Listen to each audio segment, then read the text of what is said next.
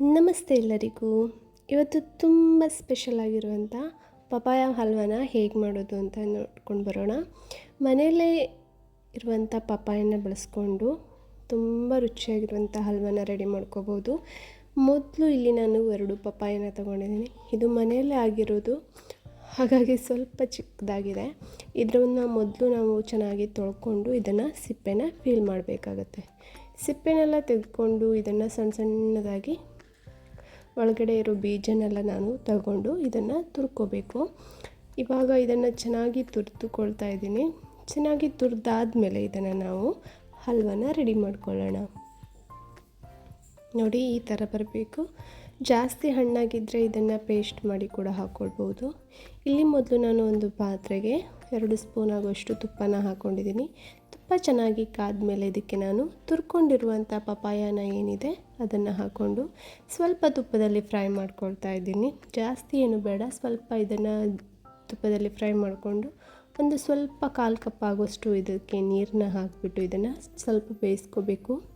ಜಾಸ್ತಿ ಹಣ್ಣಾಗಿದ್ದರೆ ಜಾಸ್ತಿ ಬೇಯಿಸಬೇಕು ಅಂತ ಏನಿಲ್ಲ. ಇದು ಸ್ವಲ್ಪ ಕಾಯಿ ಇತ್ತು, ಸ್ವಲ್ಪ ಹಣ್ಣಿತ್ತು, ಹಾಗಾಗಿ ಇದನ್ನು 1-2 ನಿಮಿಷ ನಾನು ಬೇಯಿಸ್ಕೊಳ್ತಾ ಇದ್ದೀನಿ. ನೋಡಿ, ಇದು ಇವಾಗ ಬೆಂದಿದೆ. ಇದಕ್ಕೆ ನಾವಿವಾಗ ಬೆಲ್ಲನ ಸೇರಿಸ್ಕೊಳ್ಳೋಣ. ಇದಕ್ಕೆ ಬೆಲ್ಲ ಬದಲು ನಾವು ಸಕ್ಕರೆ ಏನಾದರೂ ಯೂಸ್ ಮಾಡ್ಕೋಬೋದು, ಬಟ್ ಹೆಲ್ದಿ ವರ್ಷನ್ ಅಂದರೆ ಇದಕ್ಕೆ ಬೆಲ್ಲನೂ ಹಾಕಿ ತುಂಬ ರುಚಿಯಾಗಿ ಬರುತ್ತೆ. ಇಲ್ಲಿ ನಾನು ಪೌಡರ್ ಬೆಲ್ಲನ ತಗೊಂಡಿದ್ದೀನಿ, 1 ಕಪ್ ಆಗುವಷ್ಟು. ನಿಮಗೆ ಸಿಹಿ ಜಾಸ್ತಿ ಬೇಕಿದ್ದರೆ ಜಾಸ್ತಿ ಹಾಕ್ಕೊಳ್ಳಿ. ಬೆಲ್ಲನ ಹಾಕಿ ಚೆನ್ನಾಗಿ ಮಿಕ್ಸ್ ಮಾಡಿಬಿಟ್ಟು ಇದನ್ನು ಮತ್ತೆ ಬೇಯಲಿಕ್ಕೆ ಇಡಬೇಕು. ಇದೇ ಟೈಮಲ್ಲಿ ನಾವು ಏಲಕ್ಕಿ ಪೌಡರ್ನ ಹಾಕಿ ಇದನ್ನು ಚೆನ್ನಾಗಿ ಇನ್ನೊಂದು ಸಾರಿ ಮಿಕ್ಸ್ ಮಾಡಿಬಿಟ್ಟು 1-2 ನಿಮಿಷ ಇದನ್ನು ಲಿಡ್ ಕ್ಲೋಸ್ ಮಾಡಿ ಬೇಯೋದಕ್ಕೆ ಇಡೋಣ. ಇವಾಗ ಪಪಾಯ ಎಲ್ಲನೂ ಬೆಲ್ಲನ ಹಿಡ್ಕೊಂಡ್ಬಿಟ್ಟು ಚೆನ್ನಾಗಿ ಬೆಂದ್ಕೊಂಡಿರುತ್ತೆ. ಇವಾಗ ಲಿಡ್ನ ಓಪನ್ ಮಾಡ್ತಾ ಇದ್ದೀನಿ. ನೋಡಿ, ಇವಾಗ ಎಲ್ಲ ಚೆನ್ನಾಗಿ ಬೆಂದಿದೆ. ಈ ಟೈಮಲ್ಲಿ ಸ್ವಲ್ಪ ಒಂದು ಚಿಟಿಕೆ ಆಗೋಷ್ಟು ಉಪ್ಪನ್ನ ಸೇರಿಸ್ಕೋಬೇಕು. ಯಾವುದೇ ಸ್ವೀಟ್ ಆಗಿದ್ದರೂ ಕೂಡ ಒಂದು ಚಿಟಿಕೆಯಷ್ಟು ಉಪ್ಪನ್ನ ಸೇರಿಸ್ಕೊಳ್ಳೇಬೇಕು.